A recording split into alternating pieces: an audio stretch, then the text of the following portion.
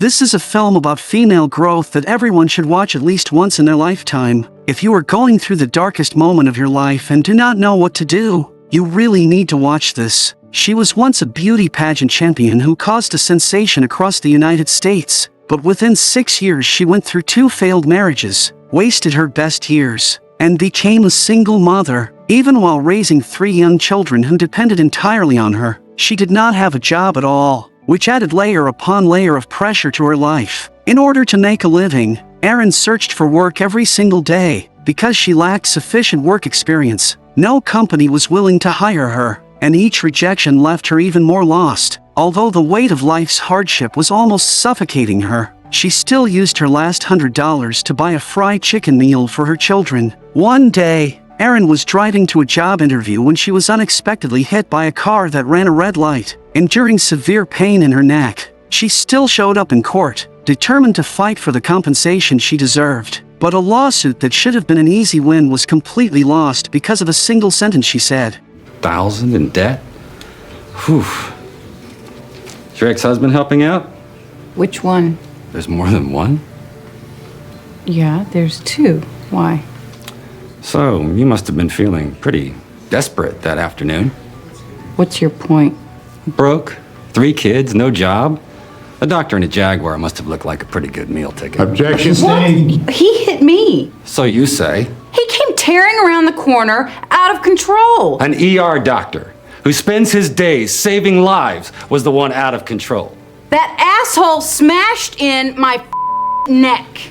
She stormed out of the courtroom in anger, blaming everything on her lawyer, facing medical debt from her injuries and 3 young children to care for. She was on the verge of collapse. What no one could have imagined was that this unfair lawsuit would completely change her destiny. As soon as she got home, Erin went to her neighbor's house to pick up the children as usual, but the neighbor told her she was moving in with her daughter and would no longer be able to help watch the kids. One blow after another left Erin no time to cry, because as a mother, she knew that even the slightest pause could send everything into total ruin. With no other options left, she went to the law firm that had represented her before and forced her way into getting herself a job. When the boss learned what was happening, he looked completely confused and tried to persuade her to leave. Sorry about that. I don't really need am. pity. I need a paycheck. And I've looked. But when you spend the past 6 years raising babies, it's real hard to convince someone to give you a job that pays worth a damn. Are you getting every word of this down, honey, or am I talking too fast? I'm smart, I'm hardworking, and I'll do anything, and I'm not leaving here without a job. Don't make me beg. If it doesn't work out, fire me. Facing this young mother who had been battered by life again and again, the boss softened and decided to keep her. Although there were no employee benefits, Erin was already deeply grateful. But just after finally getting the job, Erin did not immediately get to work. Instead, she walked straight into the boss's office and asked for an advance on a month's salary. The boss could only sigh helplessly and pay out of his own pocket to give her some money for living expenses. But Erin's bold personality was not limited to job hunting alone. Because of her overly revealing clothing and the occasional harsh language, female colleagues at the firm often talked about her behind her back and even subtly pushed her aside. In the face of this quiet exclusion, she did not complain about fate, but chose to keep her head down and work hard. When the boss kindly reminded her to pay attention to her style of dress, she bluntly talked back without holding anything in. Is that so? Well, it just so happens, I think I look nice. And as long as I have 1 ass instead of 2, I'll wear what I like, if that's all right with you. The boss was left speechless by her response and could only turn around and walk away. But even in his dreams, the boss would never have imagined that this seemingly tough and striking single mother would one day bring him enormous wealth. Late at night, just after Erin had put the children to sleep, she heard a loud buzzing sound coming from outside. When she opened the door, she discovered several young bikers tuning their motorcycles. It turned out that George was a new neighbor who wanted to introduce himself, but Erin angrily demanded that he stop the noise. At the same time, George was deeply drawn to Erin's courage and asked her for her contact information. Oh, I got numbers coming out of my ears. For instance, 10. 10. Yeah, that's how many months old my baby girl is. Yeah, sexy, huh? How about this for number 6? That's how old my other daughter is. 8 is the age of my son. 2 is how many times I've been married and divorced. 16 is the number of dollars I have in my bank account. 850-3943. That's my phone number. And with all the numbers I gave you, I'm guessing 0 is the number of times you're gonna call it. Before George could even react, Erin slammed the door and went back inside. One day after work, she went to the babysitter's house to pick up the children, only to find the doors and windows locked and no one inside. Panicking, she rushed home to check and discovered that the children were playing at a neighbor's house. It turned out the babysitter had an emergency and privately handed the children over to George. This irresponsible behavior made Erin furious. Fortunately, George stepped in on his own and took careful care of the children. She had assumed George was rough and careless, but instead he turned out to love kids, patiently playing with them until they fell asleep one by one. After learning about Erin's situation, George gently told her that he was willing to help take care of the children, saying his freelance schedule gave him plenty of time to share the burden. Erin was touched by this sudden kindness, but years of hardship made her instinctively cautious, expressing gratitude while carefully reminding him to keep his distance. This isn't gonna get you laid, you know. No, that's good, because I didn't find you attractive either.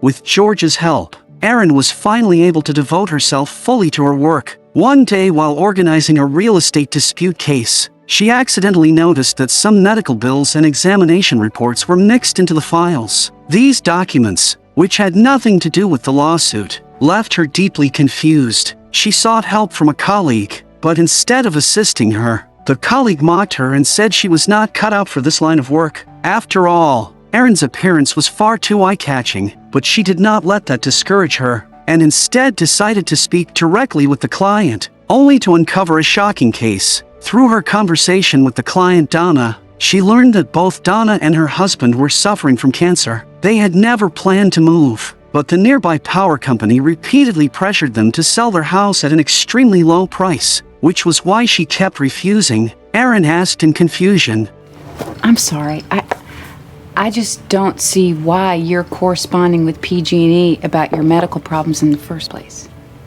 It turned out that the wastewater discharged by the power company contained large amounts of chromium. To convince the public that the substance was harmless, the company not only provided residents with free annual health checkups, but also generously covered their medical expenses. But behind this apparent goodwill, Erin felt an unsettling sense of unease. She then consulted a chemistry professor and learned that chromium exists in 3 forms. Pure chromium is beneficial to the human body. Trivalent chromium is largely harmless, but the most dangerous is hexavalent chromium, which can trigger multiple cancers, damage human DNA, and may even affect future generations. These words sent a chill through Erin, and the situation was clearly far more serious than she had imagined. Determined to find out which type of chromium the factory was using, she made a special trip to the records room, where years of inspection reports from the power plant were stored. Drawn in by Erin's striking appearance, the young administrator became completely distracted and allowed her to freely search through the files. After carefully digging through the records, she finally confirmed that the plant was using hexavalent chromium, quickly backed up the evidence, and sent it to her boss. But when she returned to the law firm full of confidence, she discovered that her workstation had been cleared out. Someone took my stuff. Nice to see you, Erin. I have missed photos you. of my kids, a mug, a... Toothbrush, toothpaste, mousse, and deodorant. Here. What's going on? Well, there may be jobs where you can disappear for days at a time, but this isn't one of them. Here, you don't do the work, you don't get to stay. I've been working. That's all I've been doing. Ask Mr. Massery, he knows. You asked Mr. Massery. He fired you. Dragging her exhausted body home, she was greeted by stacks of unpaid bills, pressing down on her like an invisible weight. The next day, Erin was busy searching for work when the boss suddenly showed up. It turned out the boss had received the materials and discovered that the factory was illegally using hexavalent chromium. Realizing that this case was far from simple, after Erin explained everything she had uncovered, the boss immediately sensed a huge opportunity and wanted to see the evidence she held. But Erin took the chance to start negotiating her conditions. I want a raise. And benefits, including dental. Erin, this isn't the way I do business. What way is that? Extortion. Left with no choice, The boss had to give in. After reviewing the documents, the boss asked in confusion, Just walk in there and find what we need. They're called boobs, Ed. So Erin returned to the records room and copied even more evidence of the factory's wrongdoing. She went back to Donna and told her that her illness was actually caused by hexavalent chromium in the tap water, and that the power company's so-called benefits were simply meant to cover up the truth. After realizing this, Donna was overwhelmed with fear, and when she looked at her children playing in the pool, she hurriedly called them out in panic. The next day, the boss handed a thick stack of documents to his assistant and instructed her to send them to the power company's claims department. But the moment the assistant pressed the send button, a call came in from the other side, requesting a meeting with the boss to discuss the matter in detail. Thinking the situation might finally turn around, the boss went to the meeting, only to find that the company had sent a junior representative. I understand they've had a bad run of luck, health-wise, and they have my sympathies. But that's not PG&E's fault. You're kidding, right? Look at these readings. PG&E's own technicians documented toxic levels of hexavalent chromium in those wells on numerous occasions. Everything the Jensens have had is proven reaction to exposure to hexavalent chromium. They have had. Breast cysts, uterine cancer, Hodgkin's disease, immune deficiencies, asthma, chronic nose.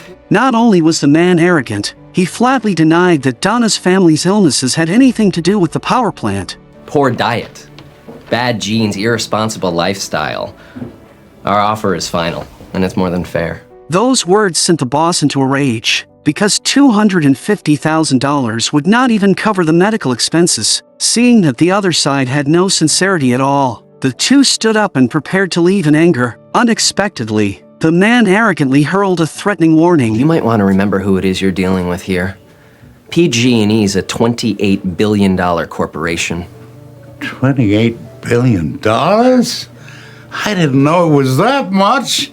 This scene completely enraged the usually calm boss. Just as Erin was overwhelmed by the case, a colleague quietly turned on the desk lamp for her, without saying a word. This small gesture brought Erin a moment of warmth, and she slowly began to feel accepted by the team. Late that night, the case unexpectedly took a turn when a pair of strangers suddenly came to visit. They turned out to be Donna's former neighbors, and their property had been purchased by the power company a year earlier. The man's livestock had all developed tumors one after another, and his wife had suffered 5 miscarriages, until they heard Donna mention chromium poisoning and finally realized what was wrong. The next day, the boss visited the couple in person with sincerity, and the conversation went smoothly at first. But when the discussion turned to the law firm taking 40% of the compensation as a fee, the atmosphere instantly froze. They said nothing, hesitation written all over their faces. Erin saw their concerns clearly, smiled gently, and began sharing her own story. The first time I heard that number, I said, you've got to be kidding me. 40 goddamn %? Erin. I'm the one that's injured, and this joker sits at a desk all day, and he wants to walk away with almost half my reward. Erin, can I... But then I asked him what he makes if I don't get anything. Then I don't get anything either. Plus, he's out all the costs. So I realized he's taking a chance, too. Moved by Erin's words, both families finally signed the contract. Erin visited more nearby residents, and every story she heard was heartbreaking. Some had suffered from severe rashes for years without relief. Some had just been diagnosed with gastrointestinal cancer with despair in their eyes, and others had spent years going back and forth between hospitals and home, while their children, who should have been studying carefree at school, were forced to drop out due to illness. Looking at a young girl about the same age as her own child, Erin felt her heart tighten painfully. On the way back to the law firm, she thought deeply and realized these people could not be left helpless any longer. She suggested to the boss that they unite all the victims and file a joint lawsuit against the power company, but the boss rejected her proposal on the spot without even taking a moment to think. His original plan was to use the evidence to force the power company to buy the residents' homes at high prices, because once they filed a lawsuit, the case would shift from a real estate dispute to an environmental poisoning case, and they would never stand a chance against a corporation valued at $28 billion. Erin wanted to persuade him to reconsider, but the boss refused to listen and directly shut the door in her face. Standing outside the door, Erin felt a surge of frustration and anger. In order to gather more evidence against the power plant, Erin stepped into polluted rivers, pulled out lifeless frogs, and risked climbing down deep wells to collect groundwater samples. Her actions did not go unnoticed by the power company. That night, she received a threatening phone call from the power company. As the caller tried to warn Erin to stop getting involved or face the consequences, George urgently urged her to stay out of it, saying that work was meant to support life, not bring trouble. But Erin did not waver at all, believing this was her responsibility, her tone firm and her eyes resolute, as if those threats were nothing more than a trivial obstacle. After 9 months of relentless effort, Erin finally completed an astonishing amount of work. She gathered information on 410 victims and organized 162 detailed sworn statements, with every single document carrying the weight of her tireless days and nights. For this fight,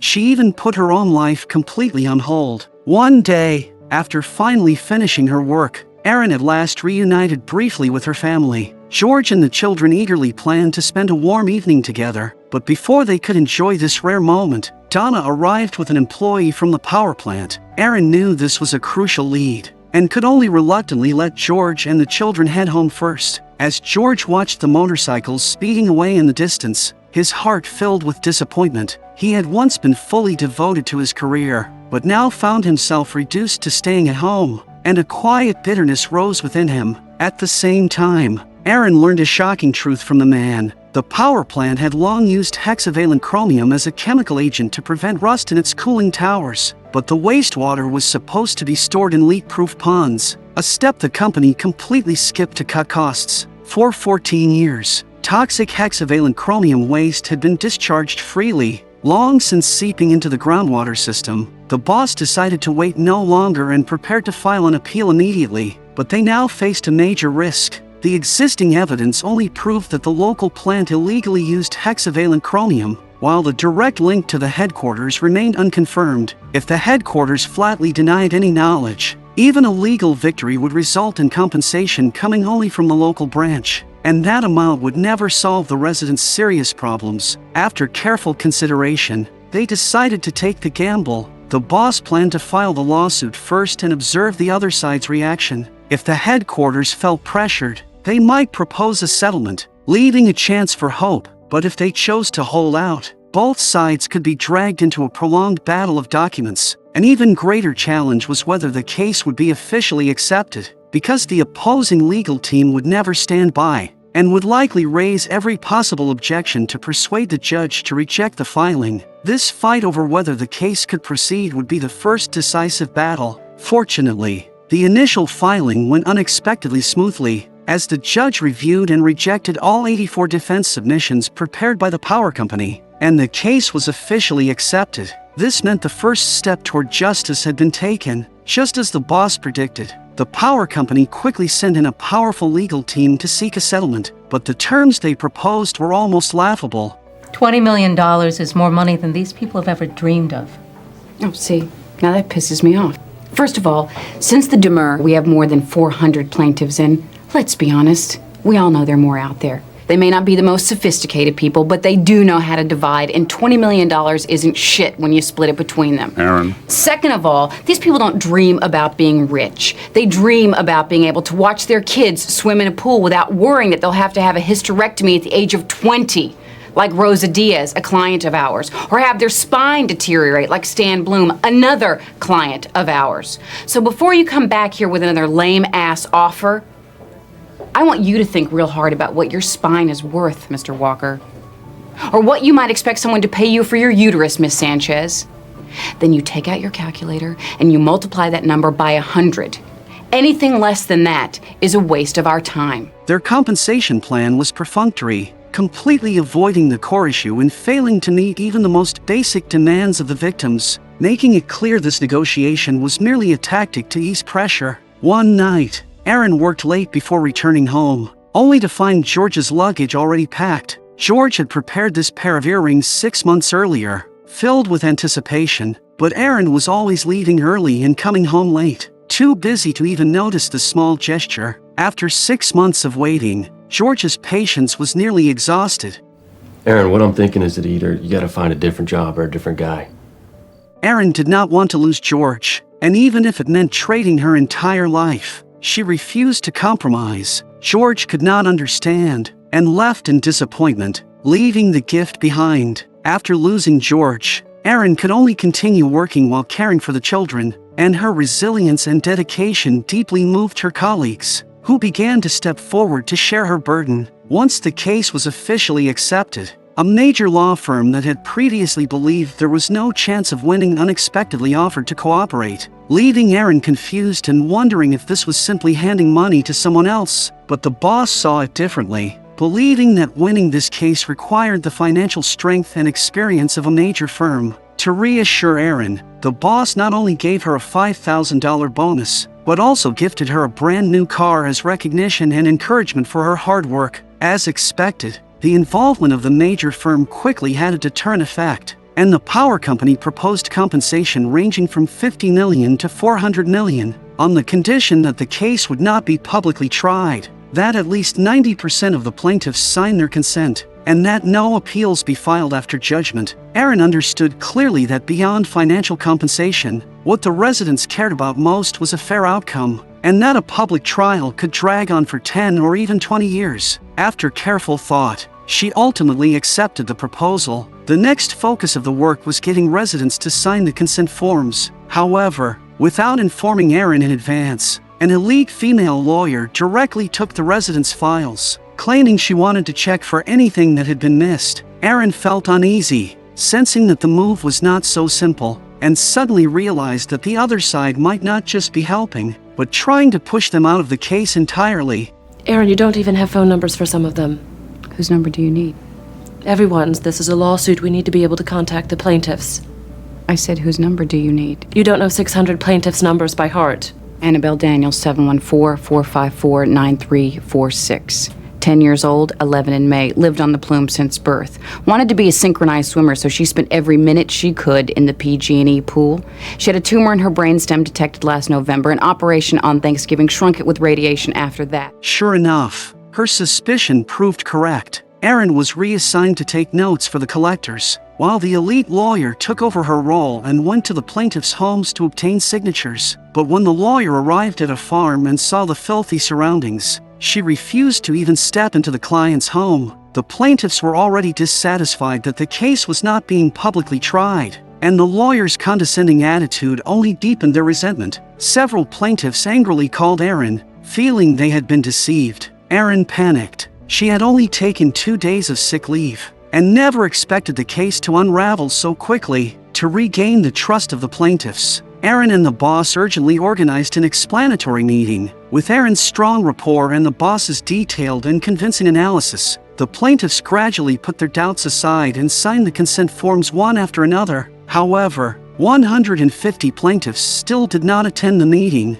leaving Erin with no choice but to visit them one by one. As the court date approached and time grew increasingly tight, she pushed herself to ask George to help watch the children so she could fully devote herself to the work ahead. She began visiting homes day and night, then returned home to organize documents, often so exhausted that she fell asleep the moment she walked through the door. After several days of relentless effort, Erin finally completed all 634 consent forms. Early the next morning, Erin laid the hard-earned results before the major law firm, with 634 consent forms neatly arranged, as if declaring her victory and determination. When everyone asked in disbelief how she managed to do it, Erin gave a surprising answer. Well, seeing as how I have no brains or legal expertise, and Ed here was losing all faith in the system, am I right? Oh, yeah, completely no faith, no faith. I just went up there and performed sexual favors. 634 blowjobs in 5 days. Of course, it was only a joke, but it left the elite lawyers who once underestimated her utterly embarrassed. In the end, the court's ruling was deeply satisfying, with compensation reaching $333 million, setting the highest litigation payout record in American history at the time. When the good news arrived, Erin personally brought George along to share the outcome with the plaintiffs. Upon learning she would receive $5 million in compensation, Donna was so overwhelmed that her eyes filled with tears. Watching the two embrace and cry together, George finally understood Erin's persistence and sacrifice. In the end, the boss moved into a larger office and even appeared on the cover of a magazine. When it came time to distribute bonuses, the boss suddenly reminded Erin to be ready for a new number, saying it would differ from what they had previously agreed on. Thinking the boss was trying to change the deal, Erin's anger flared, startling him into dropping the bonus slip and walking away. But when Erin looked at the number on the slip, she froze in shock. The bonus amounted to $2 million, and seeing her reaction, the boss joked casually. This left Erin completely speechless. Not long after, Erin was invited to become a partner at the law firm, forming the strongest partnership with her boss. This is a true story, and the film was based on the life of Erin Brockovich, starring Julia Roberts. Titled Erin Brockovich, this film is not just a story of personal struggle, but also an important warning about the environment. Erin's story shows us that true strength does not lie in perfection, but in choosing to stand up, to believe, and to fight even when deeply wounded. Every difficult moment in life is a miracle that allows you to redefine yourself. When the world looks at you with doubt, answer with action. And when fate closes one door, use courage to open another window. Your value is not defined by outside judgment, but forged by the resilience within you. Even when life feels like a map covered in thorns, you can still measure it with your steps and light up every corner with your dreams. Please believe that setbacks are only temporary. As long as you hold on to hope and courage, your own light will eventually arrive. Remember that your story is still being written, and the ending will always be decided by you.